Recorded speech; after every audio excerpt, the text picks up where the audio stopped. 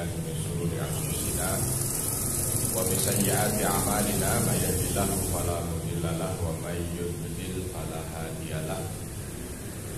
Asyhadu an la ilaha illallah wahdahu la syarika lahu wa asyhadu anna Muhammadan abduhu wa rasuluhu la nabiyya ba'dahu. Allahumma shalli wa sallim wa barik ala nabiyyina Muhammadin wa ala alihi wa ashabihi wa mawalah wa ba'd. Rabbi shrah li sadri wa yassir li amri wa hlul 'uqdatam min lisani yafqahu qawli. Allahumma 'allimna ma yanfa'una wanfa'na bima 'allamtana. Allahumma hdina wa hdi bina waj'alna sababan wa sabilan liman ihtada. Segala puji hanya bagi Allah. Salawat dan salam semoga senantiasa tercurah kepada junjungan kita Nabi besar Muhammad sallallahu alaihi wasallam. Alhamdulillah, Bapak dan Ibu sekalian yang dirahmati Allah, kita sampai pada pertemuan berikutnya yang berkaitan dengan masalah sirah. Insyaallah kita akan bahas. Dan kemarin kalau tidak salah kita sampai pada nasabnya Nabi Muhammad SAW. Maka sekarang kita melanjutkan berkaitan dengan lahirnya Nabi Muhammad SAW. Jadi kalau ditanya tentang kapan lahir, maka kapan baginda Nabi SAW lahir, semuanya pasti bisa menjawab. Tanggal 12 bulan Rabiul Awal tahun gajah. Cuman tahun gajahnya ini saja ya, mungkin satu dengan yang lain ada yang belum diketahui informasinya. Jadi kalau ditanya kenapa disebut tahun gajah, ya sebahagian mungkin tahu ya, karena Mekah diserang gajah. Tapi kalau nanti ada pertanyaan lanjutan, kenapa Mekah ini, kenapa gajah-gajah itu menyerang Mekah? Nah, mungkin satu tahu, satu tidak. Apalagi kalau ditanya ini gajahnya berdarah apa? Sumatera, gajah Sumatera, apa gajah Sri Lanka, apa gajah India? Nah, itu udah jarang lagi apa. Yang jelas bukan gajah dari Serpong, bukan ya. Bukan gajah duduk juga kan, merah sarung ya. Jadi kisahnya ini penting ya, sebab berkaitan dengan gajah ini diceritakan dalam dua surat. Yang pertama adalah surat Al-Fil, yang kedua dalam surah Al-Buruj. Surah Al-Fil itu berkaitan dengan masalah momen gajahnya ini menyerang Ka'bah. Sedangkan surah Al-Buruj itu muqaddimahnya, kenapa ini gajah menyerang. Jadi kurang lebih pada tahun 525 Masehi kurang lebih, terjadi kejadian besar yang disebut di dalam Al-Quran dengan kisah Ashabul Ukhdud. Dalam surah Al-Buruj, qutila ashabul ukhdud, terus bercerita panjang tentang kisah ashabul. Nah, kisah ashabul ukhdud ini adalah muqaddimah kenapa gajah-gajah itu menyerang Ka'bah. Jadi kisahnya diawali ketika ada seorang raja berdarah Yahudi saat berkuasa di Yaman itu meminta agar semua rakyatnya itu menyembah dia. Jadi raja yang minta disembah itu bukan cuma Namrud, bukan cuma Firaun ya. Tapi ada juga ini raja di Yaman. Raja ini namanya Dzunnuwas. Dia berdarah Yahudi. Kenapa kok Yahudi ada di Yaman? Nah, ini juga ada sejarah. Jadi ketika Romawi di awal tahun 400-an itu mengusir Yahudi itu untuk tidak tinggal di Palestina, sebab mereka ini bikin onar, Yahudi ini bikin onar, sehingga pemerintah Romawi kala itu tidak mau ambil pusing Diusirlah Yahudi ini dari Palestina. Ketika mereka diusir ini, mereka eksodus kemana-mana. Ada yang ke sana, ada yang ke timur, ke barat, ke utara, ke selatan. Bahkan yang eksodus itu ada yang sampai Madinah. Ya, jadi Nabi ketika hijrah ke Madinah itu boleh dibilang 40% Yahudi Madinah. 40% komunitas yang ada di Madinah itu Yahudi. Kalau ditanya Yahudi dari mana? Yahudi dari yang tadi disebut ya, Exodus ketika orang Romawi tidak mau ada Yahudi di tanah Leban atau di bumi Syam kalau bahasa kita sekarang. Nah, di antara mereka ada yang Exodus sampai ke Yaman. Datang pertama mereka itu ketika di Yaman adalah pengungsi. Jadi mereka datang pertama itu mengungsi. Tapi lama-kelamaan ketika mereka ngungsi dikasih tempat, begitu punya tempat mereka bisa ambil sebelah kanan kirinya, nyaplok depan belakangnya, sehingga lama-lama mereka menjajah, ngerampas, ngerampok. Jadi kalau ada kisah di Palestina sekarang, orang-orang Palestina itu dijajah oleh Israel, itu bukan cerita baru. Karena sudah beberapa model yang seperti itu. Khaybar sendiri yang ada di utara Madinah itu juga sama kondisinya. Yang sampai akhirnya 100% penghuninya itu Yahudi di masa Nabi. Yaman juga begitu. Nah, ketika mereka sudah menjajah Yaman, raja berganti raja sampai raja namanya Dunnuwas. Nah, Raja Dunnuwas ini kurang lebih dia memerintah 50 tahun sebelum Nabi lahir. Nabi belum lahir. 50 tahun sebelum Nabi lahir memerintahlah dia. Ya. Artinya pemerintahannya. Sampai pada ketika usia dia ini sudah lanjut, hampir 100 tahun gitu ya. Raja ini yang meminta semua rakyatnya ini untuk nyembah dia, merasa ajalnya tidak lama lagi. Dia merasa bentar lagi mati. Jadi ada ini orang yang minta disembah, mengaku sebagai Tuhan, tapi ngerasa sebentar lagi mati. Agak bingung juga. Cuman dia begitu tadi. Fir'aun pun begitu, walaupun minta disembah. Namrud pun begitu, walaupun minta disembah, dia yakin bahwa dia akan mati. Maka singkat cerita, ketika raja ini merasa dia akan mati, mungkin usianya sudah dekat 100 tahun gitu ya, dia panggil tukang sihirnya. Kenapa kok pakai tukang sihir? Sebab walaupun dia ini minta disembah, dia berdarah Yahudi. Ada satu budaya Yahudi itu yang melekat. Baik dia itu yang apa istilahnya itu ya. Baik dia itu yang ortodok itu menjalankan agama. Baik itu Yahudi menjalankan agama atau Yahudinya liberal ya. Ada titik sama di antara mereka. Apa dia? Budaya sihir. Jadi orang Yahudi itu kalau belum bisa sihir, dia tidak bisa jadi rabi tingkat tinggi. Orang liberalnya yang tidak memegang teguh agama pun, dia merasa bahwa sihir itu sebuah aktivitas baik. Lucu. Jadi mereka itu menganggap bahwa sihir itu cabang iman. Ya, mereka menganggap bahwa sihir cabang iman. Beda dengan kita, kalau kita udah jelas sihir adalah syirik kalau kita. Tapi kalau mereka tidak. Mereka menganggapnya sihir itu adalah cabang iman. Singkat cerita begini, ini raja merasa bahwa usianya tidak lama lagi, sehingga dia panggil tukang sihirnya. Tukang sihir, saya tidak lama lagi mati, tapi saya tidak ada masalah sebab saya sudah punya pengganti. Masalahnya kamu belum punya pengganti. Saya punya anak saya sudah siap untuk menggantikan saya jadi raja. Kamu nggak punya anak. Bagaimana nanti kalau kamu mati?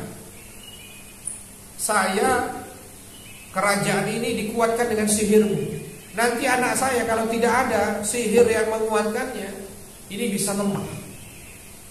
Kerajaan ini bisa lemah. Lalu tukang sihir ini tanya, terus bagaimana raja? Apa yang harus saya lakukan? Lalu raja ini minta kepada tukang sihir untuk bikin sayembara. Kamu bikin sayembara, pilih anak-anak muda yang kamu anggap kompeten. pinter, cerdas, mampu untuk mewarisi ilmu sihir. Lalu ketika sudah terpilih, pilih satu yang terbaik. Kata tukang sihir, baik kalau begitu. Akhirnya dimulailah dibuat sayembara. Panjang prosesnya, terpilih satu. Seorang anak muda tinggal di pinggir negeri. Dia tidak tinggal di dalam ibu kota, dia tinggal di pinggir negeri. Dalam Bidayah wan Nihayah disebut nama anak ini adalah Waddah. Ya, pemuda ini Waddah. Maka pemuda ini diminta oleh tukang sihir ini untuk belajar rutin. Datang ke istana untuk menerima ilmu sihir. Ya, jalanlah hari demi hari, bulan demi bulan, terus berjalan begitu. Dan anak ini tidak mau tinggal di istana, maunya tetap tinggal di tempat dia, sebab ada keluarga yang harus dia urus juga. Ya, jadi bolak-balik tiap hari itu, bolak-balik dari tempatnya itu menuju ke istana, lewat hutan, lewat lembah, lewat jurang, tapi dia jalani aja. Sampai akhirnya anak ini sudah 90% ilmu sihir dari tukang sihir ini diterima. Udah mau mewarisi 90%. Takdir Allah berkata lain. Ketika lagi jalan pulang, sampai di daerah yang hutan-hutan itu hujan badai. Sehingga anak ini harus berteduh. Berteduhlah dia di goa. Begitu sampai di goa, kaget dia sebab dari dalam goa ada cahaya. Bukan cahaya api, ada orang bikin api. Maka dia dekati tempat itu, cahaya itu. Kaget luar biasa, ada seorang kakek tua. Ada seorang kakek tua sedang melakukan satu aktivitas yang dia tidak paham. Apa itu aktivitas? Selesai kakek ini melaksanakan aktivitasnya, anak muda ini tanya, "Kakek, siapa engkau?" Lalu kakek ini bilang, Bukan engkau yang tanya siapa aku yang tanya siapa kamu, sebab aku yang tinggal di goa ini. Oh, kata anak muda itu, baik. Kalau kau tanya siapa aku adalah seorang pemuda murid tukang sihir, yang sebentar lagi aku warisi semua sihirnya, dan aku akan menggantikan. Sekarang siapa kamu? Kakek ini dengan senyuman mengatakan, aku hamba Allah. Oh, jadi orang Yaman itu, Pak, sebelum Nabi SAW itu lahir, sebelum Nabi diutus, itu memang orang-orang Yaman sudah bertauhid kepada Allah. Tetapi dengan ajaran agama Nabi terdekatnya, siapa? Nabi Isa AS. Jadi kalau bahasa kita beragama Nasrani, sebab agama yang dibawa oleh Nabi Muhammad belum ada, karena Nabi belum lahir. Sampai ketika orang tua ini mengatakan aku hamba Allah, anak ini bingung siapa itu Allah. Lalu ditanya, siapa Allah? Kakek tua ini menjawab, Allah adalah satu-satunya zat yang berhak untuk disembah. Anak ini bantah, kalau disembah bukan Allah, yang disembah raja. Raja yang disembah. Kenapa sembah Allah? Maka kakek ini mengatakan, karena Allah lah yang menciptakan, Allah yang mematikan, Allah yang memberi, Allah yang mengatur, Allah yang menghidupkan. Terus semuanya disampaikan. Anak muda ini merasa bahwa apa yang disampaikan oleh kakek ini hanya bualan saja. Sampai disitulah diskusi mereka. Hujan reda, anak ini nggak nganggep apa yang disampaikan oleh kakek tua ini. Berangkat keluar, pergi pulang. Besoknya mau berangkat ke istana lewat depan gua itu nggak digubris. Sampai ketika satu saat pulang dari istana, karena dia harus lewat jalan tebing. Tebing itu di sininya ada tebing, di sininya jurang. Nah, di sini ada jalan lah, walau kecil tapi bisa dilalui. Biasa lewat situ, tiba-tiba di ujung tebing itu, di ujung jalan itu banyak orang kumpul. Lalu anak muda ini tanya, ada apa ini? Kenapa tidak lewat? Kenapa pada kumpul? Orang-orang ketika melihat bahwa yang datang ini adalah anak muda itu tadi, Waddah ini tadi, maka orang-orang langsung senang gitu kelihatan. Wah, ini dia, pertolongan datang. Anak muda tukang sihir yang sebentar lagi akan mewarisi sihir tukang sihir. Ditanya oleh anak muda ini, ada apa? Lalu ditunjukkan sama orang-orang ini. Tuh di tengah jalan ini ada yang menghalangi kita lewat, makanya kita gak jalan. Yang menghalangi binatang buas. Gak disebut dalam riwayat itu apa binatang buasnya, tapi intinya dihalangi oleh binatang. Kami gak bisa maju, kalau kamu maju diterkam. Maka minta tolong dengan sihirmu, singkirkan hewan itu. Maka kala itu anak muda ini langsung maju. Orang-orang mundur. Tadinya anak muda ini ingin menggunakan sihir, tapi tiba-tiba teringat dengan kalimat Allah. Gitu. Jadi kita itu kalau lagi, itulah dia momen dimana hidayah datang gitu. Tadinya gak digubris sama anak ini ketika disampaikan oleh rahib ini, kakek tua yang ada di gua ini berkaitan dengan Allah, malah di depan, gak peduli. Tapi tiba-tiba ada momen yang kok dia ingat Allah. Sehingga maknanya, fikihnya kita ini harus di saat kita itu mendakwahi orang, jangan yang ada di pikiran kita itu pasti dengan kita dia akan mendapatkan hidayah dan akan lurus. Kan namanya dakwah itu hanya sekedar menyampaikan. Ya kita sampaikanlah apa yang menjadi kewajiban kita. Perkara dia dapat hidayah, tidak dapat hidayah, itu bukan hak kita. Perkara dia mau terima nggak mau terima, itu juga bukan urusan kita. Kewajiban kita hanya menyampaikan. Kalau nampak di depan kita dia menolak dan pergi, tidak ada masalah. Kita sudah menjalankan kewajiban. Sama seperti ini contohnya kita. Kakek tua ini tidak marah, tidak mengumpat, tidak apa, ya sudah pergi, ya sudah pergilah sudah. Yang penting saya sudah menyampaikan. Nanti Allah yang akan menentukan di mana orang ini akan mendapatkan hidayah. Sampai di momen ini, anak ini tiba-tiba merasa ada sesuatu yang perlu dibuktikan. Lalu dalam hati dia bilang, kalau saya gunakan sihir saya untuk menghalau hewan buas ini, langsung bisa. Tinggal saya gerakkan tangan, saya tunjuk jatuh ini dengan mantra saya, dengan sihir saya, binatang buas ini jatuh ke jurang. Tapi masalahnya justru saya kok kayaknya ingin membuktikan tentang Allah.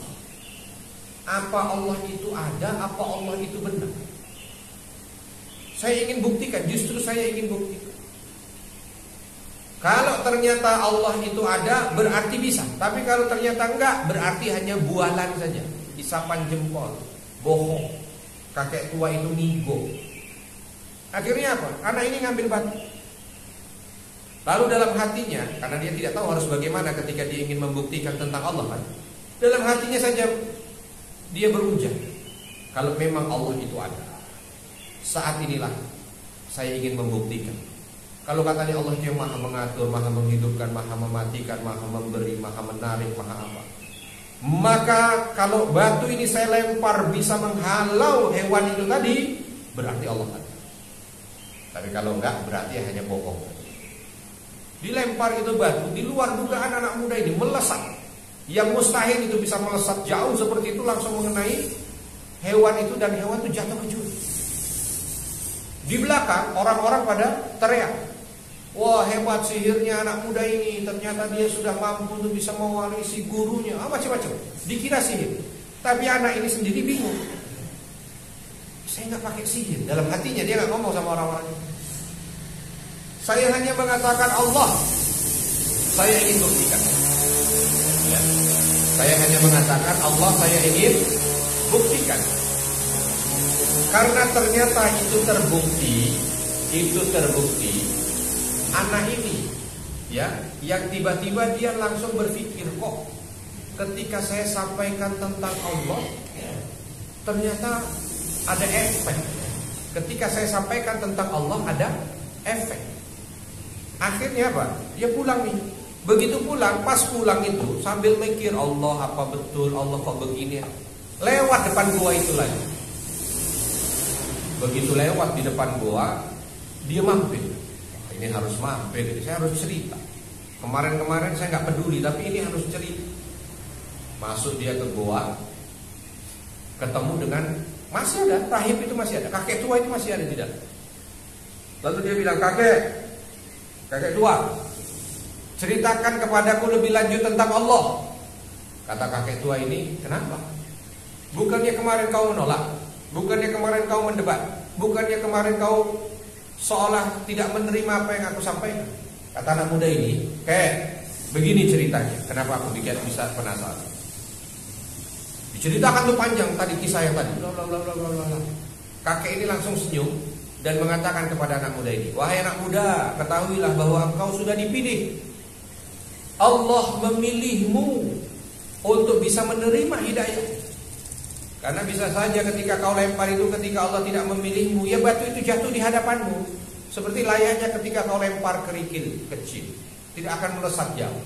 Tapi Allah memilih, maka hendaknya kau pertimbangkan lagi. Terus didakwah sampai akhirnya anak muda ini masih bolak-balik sampai 100% ilmu tukang sihir ini diterima. Baliklah dia ke tempat rahib ini tadi sambil berkata, aku ingin taubat. Aku ingin taubat. Lalu kata rahib ini, kalau kau ingin taubat, ilmu sihirmu harus dimusnahkan. Wah, karena syarat taubatnya harus memusnahkan sihir. Di sini ada yang pernah dulu belajar sihir? Ada yang pernah belajar sihir? Gak ada. Ilmu kebal? Gak ada juga. Kalau ada, bolehlah ngaku nanti habis pengajian juga boleh. Karena ketika saya sampaikan materi tentang sihir, tiba-tiba ada seorang jamaah tuh habis pulang pengajian datang, Ustaz, saya jadi merasa terganggu ini. Saya tanya kenapa? Kami dulu waktu SMP di kampung, ya biasalah namanya anak-anak SMP, itu ada orang yang ngajak kami latihan ilmu kebal. Namanya orang di kampung. Nah, ikutlah saya di latihan itu. Kami diminta untuk mandi di air terjun dengan lafaz tertentu. Kami diminta untuk mengunyah kembang. Kami diminta untuk macam-macam ritual-ritual. Nah, saya nggak tahu itu. Ya sampai dari itu sampai sekarang saya nggak pernah tobat khusus karena memang materinya karena tentang sihir, terus ada materi tobat dari sihir. Gimana caranya nih Ustaz? Ya kalau gitu Bapak tobat khusus ya. Bapak masih ada gak ilmu kebalnya?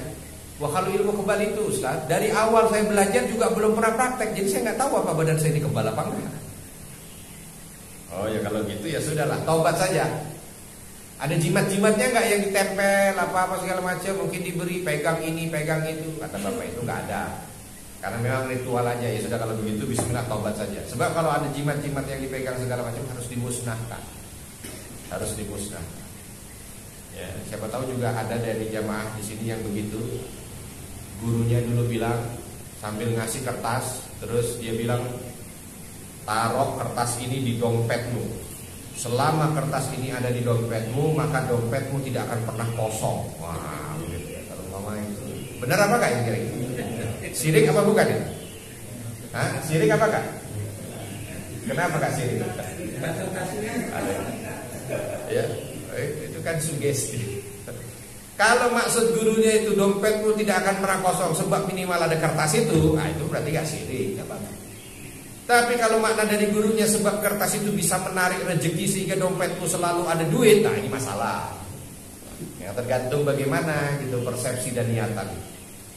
Maka yang begitu-begitu hati-hati. Ternyata banyak, kenapa saya sampaikan begini? Karena ternyata banyak. Ada aja. Kadang-kadang jamaah yang bilang, Ustaz ini saya pusaka turun temurun. Nah, itulah. Ya dalihnya macam-macam. Ada yang bilang pusaka turun temurun. Ya. Ada yang bilang ini warisan nenek moyang. Ya. Ada yang bilang ini pegangan dan lain sebagainya. Ya sudahlah. Ya, yang penting harus sama itu. Apa yang dipegang oleh rahib ini, karena memang ajaran tauhid yang masih lurus. Saya bicara Nasrani yang masih lurus. Memang pasti akan bertentangan antara ketauhidan dengan kesyirikan. Nah, kembali ke kisah tadi. Anak ini gak mau. Disuruh taubat, kalau taubatnya itu harus menghilangkan sihir. Anak ini awalnya gak mau.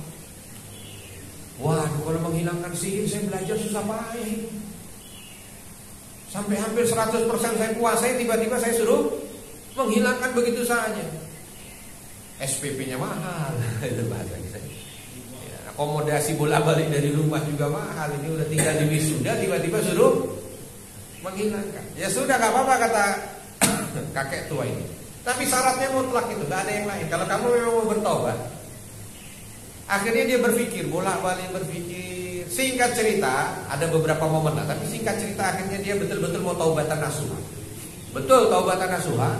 Dibimbing oleh kakek ini tadi taubat dan menghilangkan semua sihirnya, sehingga nggak bisa lagi sihir.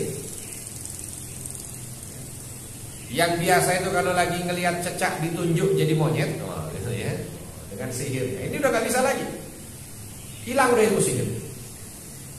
Selesai hilang ini ilmu sihir, dah jadi orang biasa saja kan. Cuman orang nggak ada yang tahu. Ini karena pertemuan dengan kakek ini rahasia, nggak ada yang tahu. Tiba-tiba ada kisah seorang saudagar kaya di negeri itu.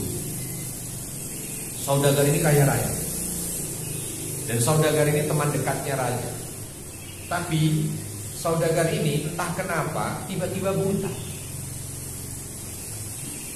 Tapi karena dia ini saudagar kaya punya banyak uang, dia berusaha untuk berobat supaya butanya ini sembuh. Pergilah ke sana penjuru dunia, pergi ke sini ke sana, pokoknya jauh-jauh. Bahasa kita mungkin ya dia ke Afrika lah, ke Cina lah, kemana mau berobat. Begitu sampai dia lagi mau berangkat untuk berobat lagi, tiba-tiba dia ngomong ke dia, kenapa kamu harus berobat jauh-jauh? Buktinya sampai sekarang juga belum sembuh. Terus kata saudagar ini, orang ini bilang, lebih baik kamu coba, ada anak muda viral. Bahasa kita viral. Ada anak muda viral, ilmu sihirnya canggih, sakti. Bisa jadi kamu nanti kalau datangkan dia berobat dengan dia, dengan sihirnya, sembuh itu mati. Oh kalau gitu panggillah anaknya. Panggillah anaknya. Saudagar ini bilang, anak muda, kamu yang katanya sedang viral dengan ilmu sihir, katanya kamu sakti, katanya kamu begini begitu. Tolong sembuhkan buta. Kalau buta ini sembuh, apapun yang kamu mau aku beri. Kata anak muda ini jawab singkat, mohon maaf Pak, kalau Bapak minta sembuhkan dengan sihir saya baru 2 hari yang lalu saya musnahkan. Kalau Bapak seminggu sebelumnya, saya masih bisa punya sihir. Sekarang udah gak ada. Kaget ini saudagar itu. Tapi kata anak muda ini, kalau Bapak minta supaya saya sembuhkan penyakit itu, insya Allah saya bantu. Wah, senangnya saudagar. Nah, mungkin masih ada yang tersisa dari ilmu sihirnya. Lalu anak ini lanjutkan, tapi saya bantu bukan dengan sihir Pak, saya bantu dengan doa kepada Allah. Dimulai dakwahnya namanya. Sebelumnya gak pernah. Saudagar ini tanya, siapa Allah? Kenapa kok dengan Allah? Kalau gitu panggilkan Allah ke sini. Kata anak muda ini, Allah adalah zat yang menciptakan kita, yang menghidupkan, yang mematikan, yang memberi, yang mengambil, yang menyembuhkan, dan sebagainya. Sampai kata tukang sihir ini, anak muda, saya tidak peduli. Yang penting gimana caranya saya sembuh. Apapun yang kamu minta saya kasih. Oh baik kalau begitu. Berdoalah anak muda ini. Dia udah gak pakai sihir lagi, hanya berdoa, minta kesembuhan. Di luar dugaan, saudagar buta ini sembuh, bisa ngelihat lagi. Lalu anak ini bilang, permintaan saya cuma satu, karena yang menyembuhkan adalah Allah, yang mengangkat penyakitmu Allah, maka hendaknya engkau menyembah Allah yang esa. Apa kata saudagar ini? Sama di luar dugaan juga. Nah, sejak kau ucapkan kalimat Allah, nggak tahu kenapa hati ini bergetar. Di saat kau berdoa di hadapanku, menetes air mata ini mendengar kalimat itu. Maka tidak perlu kau minta pun, aku akan menjadi hamba Allah. Masuklah dia ke agama tauhid. Bertambah tuh kan pengikut.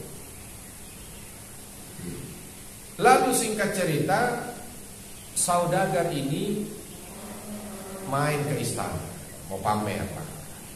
Ke siapa? Ke raja, sebab raja temannya. Datang ke istana mau menunjukkan bahwa sudah sembuh. Begitu sampai di istana, raja kaget. Wih, kok udah bisa ngeliat? Berobat di mana? Nah, gitu. Raja tanya, berobat di mana? anak ini saudagar ini jawab, saya berobat nggak jauh-jauh. Anak muda yang ada di negeri kita yang lagi viral, tersohor, saya berobat dengan dia. Oh, raja langsung connect. Oh, anak muda tukang sihir. Oh, berarti ilmunya memang sudah mumpuni ya. Sebab dia pun bisa menyembuhkan. Gak sia-sia tukang sihir mengajarkan ilmunya pada anak ini. Tiba-tiba saudagar ini bilang, mohon maaf, saya bisa melihat bukan karena saya disihir, tapi sebab anak itu berdoa kepada Allah. Mendengar kalimat Allah, Pak, Raja Dzunnuwas ini kaget luar biasa. Sebab Dzunnuwas ini Yahudi, bukan tidak tahu Allah, dia tahu Allah. Bahkan ketika dia datang juga nenek moyangnya ke sana itu, orang-orang Yaman ini juga sudah menyembah Allah. Tapi begitu dia berkuasa, minta Allah itu dilupakan dan dipaksa rakyatnya untuk menyembah dia. Maka kaget luar biasa, tiba-tiba ini teman dekatnya nyebut kalimat Allah. Langsung spontan marah ini rakyat.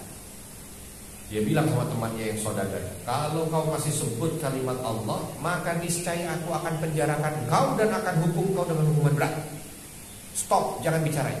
Tapi saudagar ini justru nggak tahu, imannya sudah penuh di hati. Dia katakan, kau hukum dengan hukuman apapun untuk membungkamku untuk mengucapkan kalimat Allah, maka tidak akan pernah aku lakukan. Aku akan terus mengucapkan Allah. Dipanggil prajurit, bawa saudagar ini dipenjarakan. Raja ini bingung, kok bisa? Antara dua saja. Memang benar ini anak muda ngomong tentang Allah, atau saudagar ini membual, bohong. Dipanggillah anak muda.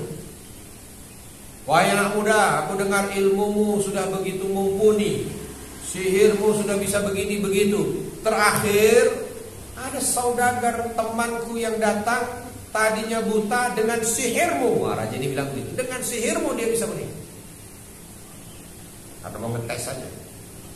Anak muda ini yang jawab, raja mohon maaf, kalau untuk yang saudagar buta ini, aku tidak menyembuhkannya dengan sihir, tapi aku berdoa pada Allah minta kesembuhannya. Kaget raja. Oh, ternyata benar ini. Tapi raja nggak berani. Kalau yang saudagar itu langsung ditangkap oleh prajurit. Kalau untuk anak muda ini raja nggak berani, karena takut raja. Anak muda ini kan punya sihir, takut kalau nanti ditangkap raja ini disihir jadi kodok. Nah, itu repot. Akhirnya anak muda ini dibiarkan. Nah, baiklah kalau begitu anak muda, kau boleh pulang dulu, istirahat. Begitu anak muda ini pulang, langsung raja ini telepon tukang sihir. Ada telepon kan? Nggak ada. Kalau nggak ada ya dengan cara apa? Pokoknya dihubungilah tukang sihir. Tukang sihir, ini anak muda yang kau ajarkan itu, kenapa kok dia bisa nyebut Allah? Pagi juga tukang sihir, kan tukang sihir ini juga Yahudi, bukan nggak tahu Allah. Apa kata tukang sihir? Mustahil dia sebut Allah. Saya tidak pernah ajarkan kalimat itu. Saya tidak pernah ajarkan tentang itu. Yang saya ajarkan sihir, bahkan sudah 100% ilmu saya sudah diambil dia. Bahkan dia lebih sakti. Kata raja, kalau nggak percaya kamu buktikan sendiri. Dipanggillah anak muda ini ke tempat tukang sihir. Ditanya, hei anak muda, bagaimana ilmu sihirmu? Nampaknya sudah banyak ya, bisa bantu sana sini. Anak muda ini bilang, maaf tukang sihir. Udah mulai gak hormat. Kalau dulu maaf guru, sekarang udah gak, maaf tukang sihir. Semua ilmu yang saya dapat darimu sudah aku musnahkan, sebab aku ingin mentauhidkan Allah. Oh, kaget lagi tukang sihir. Berarti benar ini. Tapi tukang sihir belum percaya kalau sihirnya dimusnahkan. Oleh sebab itu juga gak berani untuk menghukum anak muda ini. Sebab kalau adu ilmu pun tukang sihir masih yakin bahwa anak muda ini pasti akan lebih menang. Sebab tukang sihir ini udah tua, udah hampir 100 tahun. Adu-aduan sihir-sihir yang salah, dia juga nanti yang kesihir jadi kodok. Nah, akhirnya nggak mau. Kenapa kodok terus ya? Sebab karena ilmu yang masyhur dari sihir mereka berdua ini adalah menyulap orang jadi kodok. Ya bukan menyulap, menyihir. Akhirnya oleh tukang sihir, anak ini disuruh pulang juga. Ya kalau gitu kamu pulang, tapi sambil diminta mata-mata mengintai. Anak muda ini masih terus rutin untuk belajar tentang ketauhidan kepada kakek tua yang ada di goa itu kan. Ketahuan. Begitu ketahuan dia sampaikan kepada raja bahwa ini tahu Allah karena itu rahim. Yang rahim ini ternyata buron memang. Sudah lama jadi buronnya raja. Sebab dulu memang orang-orang yang ada di Yaman ini kan agamanya bertauhid. Tapi karena raja datang maka semua dimusnahkan. Yang melawan salah satunya adalah rahim ini. Wah, kata raja ini, ya, sekali mendayung 2-3 pulau terlampau. Sekali kita ingin tahu sebab anak muda ini dari mana tahu tentang Allah, sekaligus kita tangkap ini orang yang sudah lama jadi buron. Ditangkap ini. Lalu anak muda ini dipanggil sambil didatangkan 2 orang, saudagar dengan rahim yang sudah ditangkap.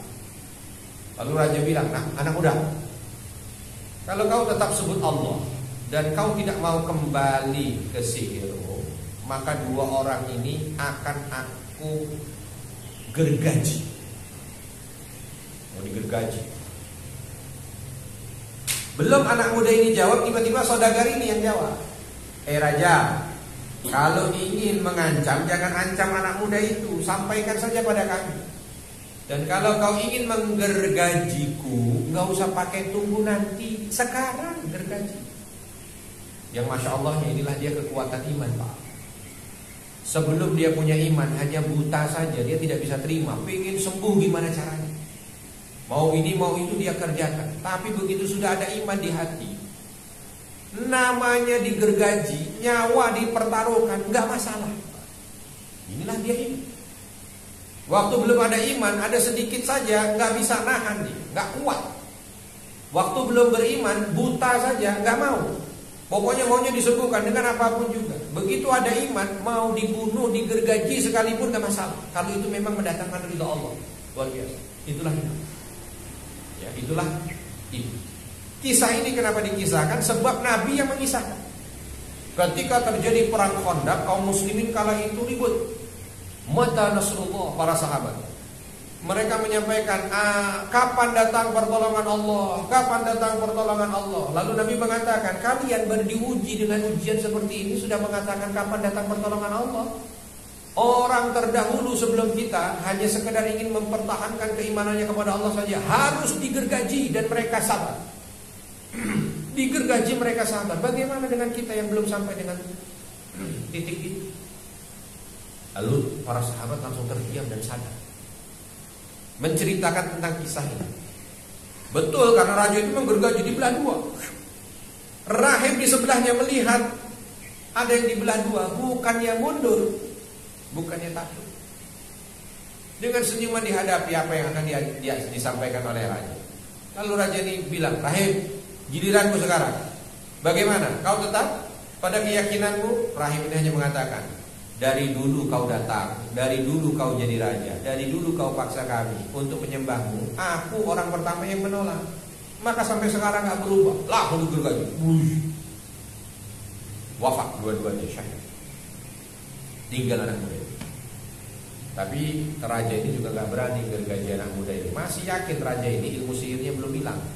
Jadi takut disihir jadi apa? Nah, santri-santri. Akhirnya ini raja manggil prajurit khusus dia bilang. Dia bilang sama komandannya, bawa anak muda ini ke tengah laut. Sampai di tengah laut, tanya dulu mau balik ke ilmu sihir atau enggak. Kalau dia ngomong enggak, masukkan, cemplungkan ke dasar laut, tenggelamkan. Tapi kalau dia mau balik ke ilmu sihir, bawa pulang. Anak muda ini nggak tahu kan apa yang disampaikan dari perintah raja kepada prajurit. Tiba-tiba langsung ditangkap oleh prajurit, dibawa pergi naik kapal ke tengah samudera. Begitu di tengah lautan, anak muda ini tanya, balik ke ilmu sihirmu atau kau aku tenggelamkan di sini, kata prajurit. Kata anak muda ini, kalau aku disuruh milih antara tenggelam dan Allah, aku pilih Allah. Kalau aku disuruh milih antara sihir dan Allah, aku pilih Allah, walau aku harus tenggelam. Baru mau dilempar, tiba-tiba badai menghempas itu kapal, semuanya tenggelam, kapalnya hancur, porak-porak.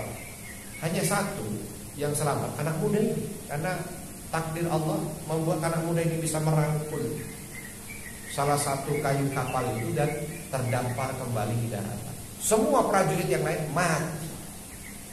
Anak muda ini berpikir, ya Allah, apakah ini pertolongan? Kalau memang ini pertolonganmu dan aku selamat kembali ke sini, berarti ini artinya aku diminta untuk kembali datang ke raja dan mendakwahinya. Baik, kalau begitu aku datang. Jalan ini ke istana. Yang kaget raja. Anak ini datang.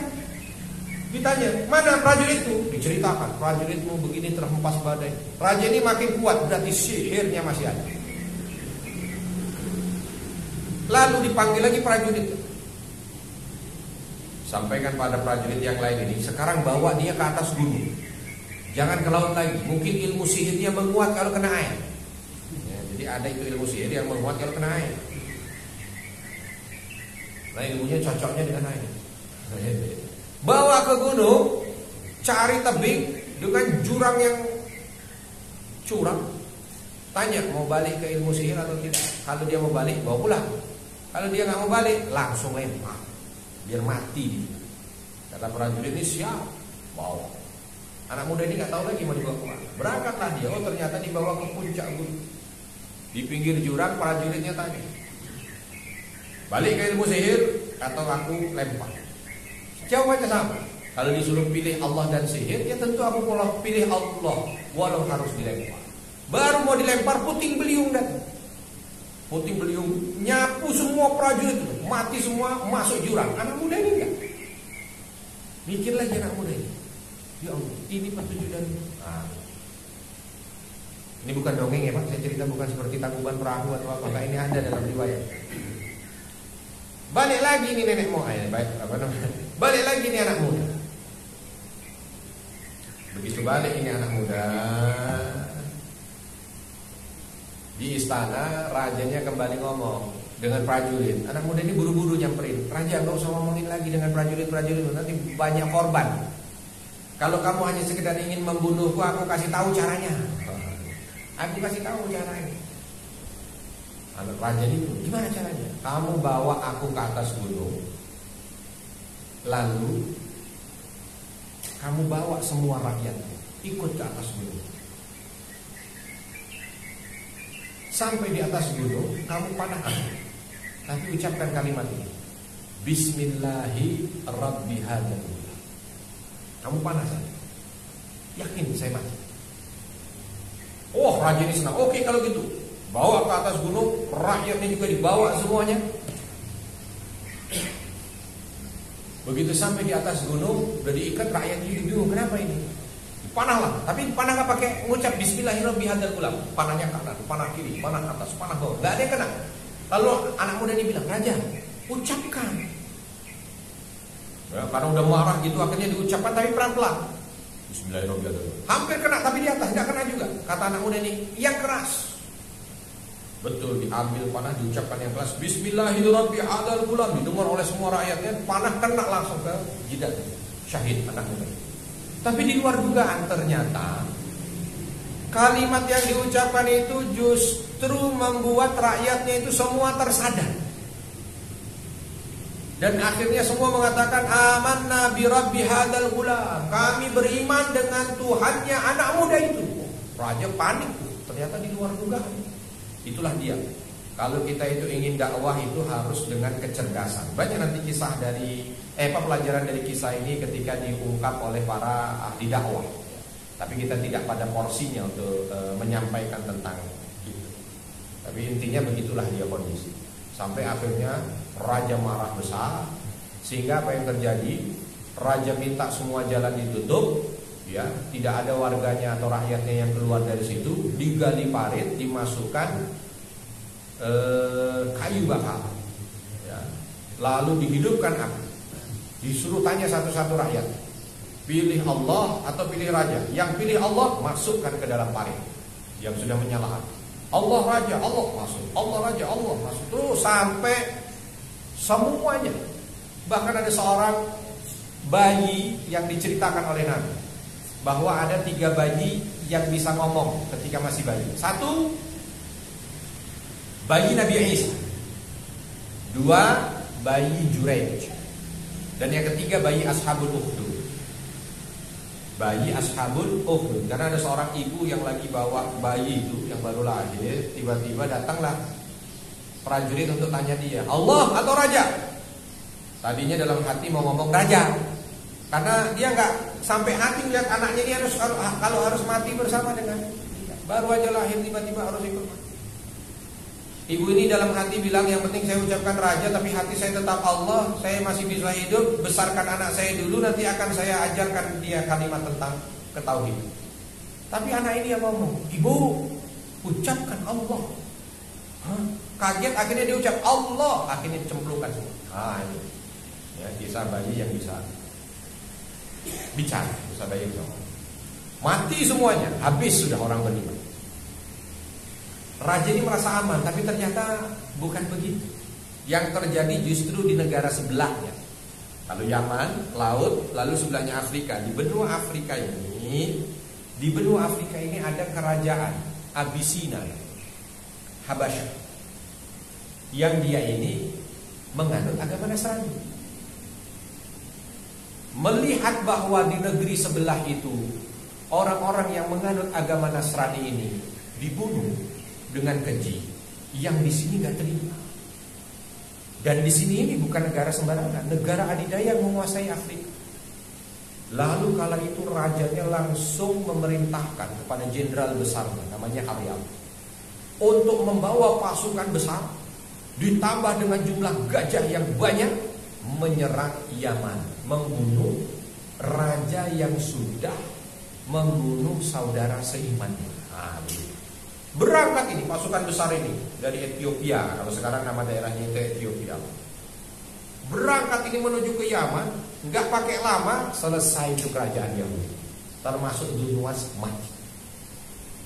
Akhirnya Yaman dikuasai oleh Habasyah. Ya, nah inilah cerita awal gajah-gajah itu hadir. Berarti gajahnya dari mana tadi? Dari Afrika. Ini gajah Afrika. Begitu sampai di Yaman, mampu menguasai, lalu raja ini bilang kepada jenderalnya, kamu sekarang jadi gubernur di sana. Kamu sekarang jadi gubernur. Tapi di luar dugaan, gubernur ini justru berlaku semena-mena terhadap prajurit-prajuritnya, sehingga merasa prajuritnya ini dizolimi sampai ada satu kolonel, bahasa gitu, belum sampai jenderal ya, masih kolonel, menggerakkan agar prajuritnya ini bangkit melawan. Sebab ini jenderal zalim. Kolonel ini kolonel Abraham. Kolonel Abraham. Dia mampu untuk mengkoordinir prajurit, mengkudeta sang jenderal, sehingga jenderal Aryab mati, dibunuh oleh Abraham. Beritanya sampai di istana Habasyah yang ada di Afrika. Rajanya marah besar sebab jenderalnya dibunuh. Yang membunuh bawahannya. Sudah disiapkan pasukan untuk kembali menyerang agar mengambil alih kembali itu Yaman. Dalam pandangan raja ini, prajurit mengkudeta sang jenderal. Tapi Abraha juga cerdas, dia langsung potong rambut. Dia ambil tanah dari Yaman, dia masukkan di situ, lalu dia kirim. Bersamaan dengan dirinya berangkat menuju ke raja Afrika yang mengirimnya, yang menjadi rajanya. Dia bilang, raja, saya bunuh jenderal itu bukan karena saya ingin mengkudetanya, apalagi ingin mengkudetamu. Tidak, ini aku serahkan rambut dan tanah. Itu kalau zaman dulu itu tradisi mereka menyatakan kalau ini orang berarti sudah betul-betul menyerah. Lalu raja ini tidak percaya. Enggak, kamu masuk penjara dulu, nanti akan aku putuskan.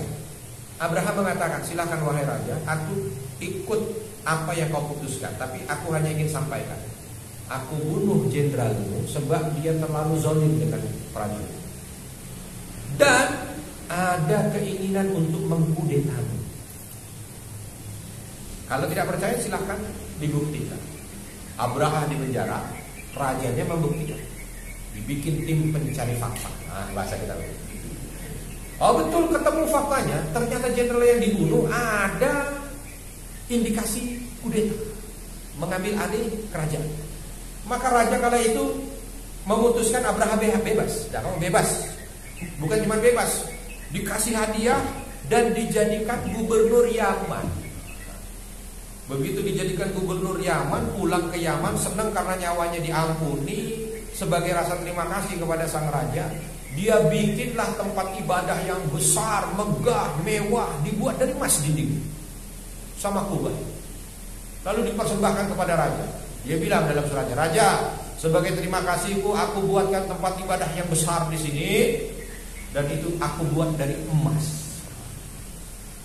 Singkat balasan raja, "Terima kasih, tapi jangan hanya sekedar kau bangun, tolong kau makmurkan tempat ibadah itu." Begitu sampai, oh diminta makmurkan, oke kalau begitu. Akhirnya Abraha kirim surat kepada seluruh penduduk Mekah. Penduduk Arab yang datang ke tempat ibadah ini, maka dibikin promo lah bahasa kita dulu. Maka tiket PP diganti. Akomodasi gratis, tempat menginap disediakan, makan 3 kali. Pulang bawa oleh-oleh. Ini promonya jor-joran, sekedar untuk memakmurkan. Coba kalau masjid ini kita bikin begitu, keren juga. Yang datang langsung dapat uang bensin, makan bebas, pulang bawa korma. Bikin promo begitu keren. Abraha juga gak kalah dia tuh. Di luar dugaan gak ada yang datang loh. Bingung Abraha, kenapa gak ada yang datang?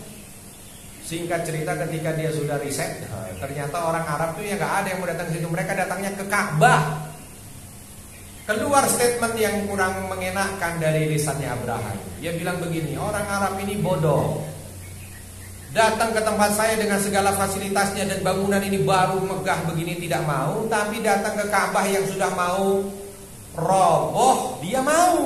Wah, kalimat ini viral. Jadi viral itu bukan cuma zaman kita aja, zaman dulu juga bisa viral. Cuman modelnya mungkin bukan lewat Instagram, bukan lewat Facebook, bukan lewat YouTube, lewat yang lain. Didengarlah kalimat yang viral ini oleh beberapa suku-suku Arab. Marah suku Arab dibilang begitu.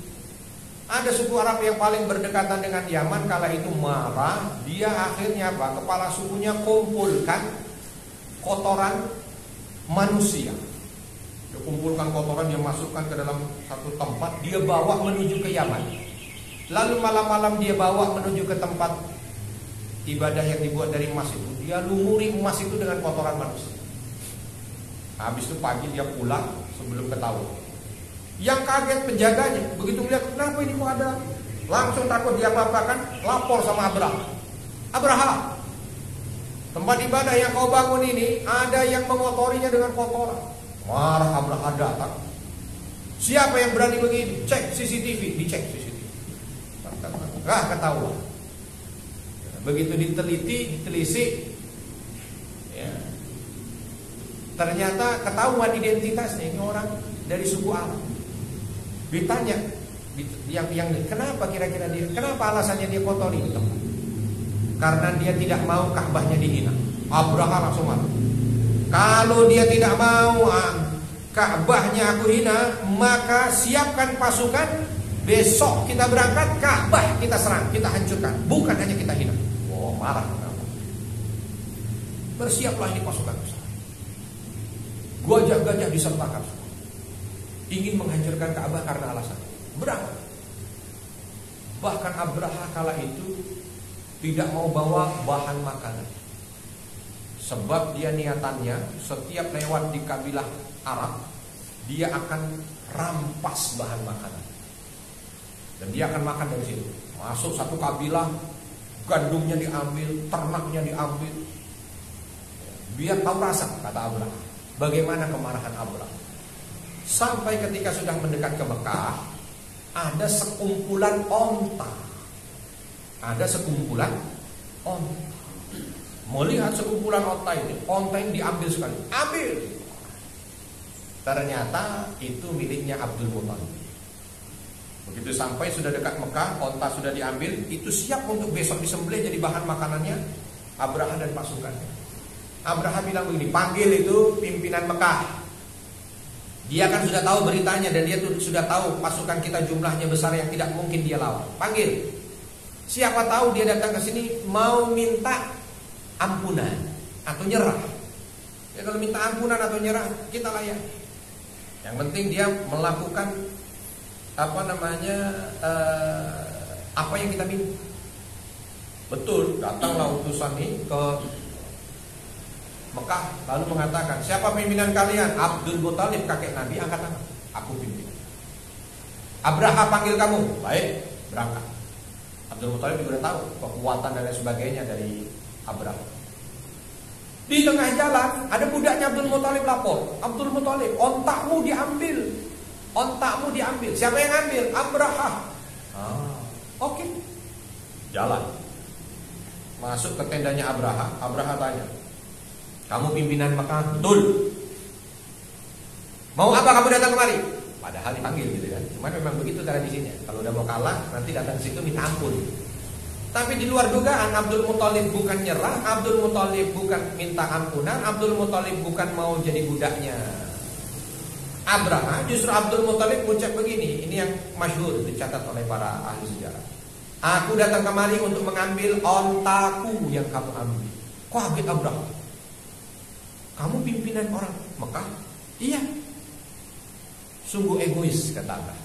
Kamu datang ke sini bukan minta ampunan untuk rakyatmu, tapi kamu hanya memikirkan hartamu.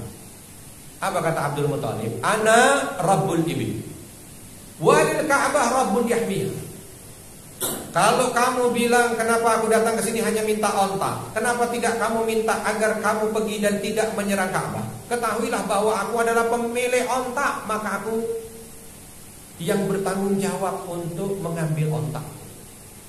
Sedangkan Ka'bah yang mau kamu serang ada pemiliknya dan akan ada yang melindunginya.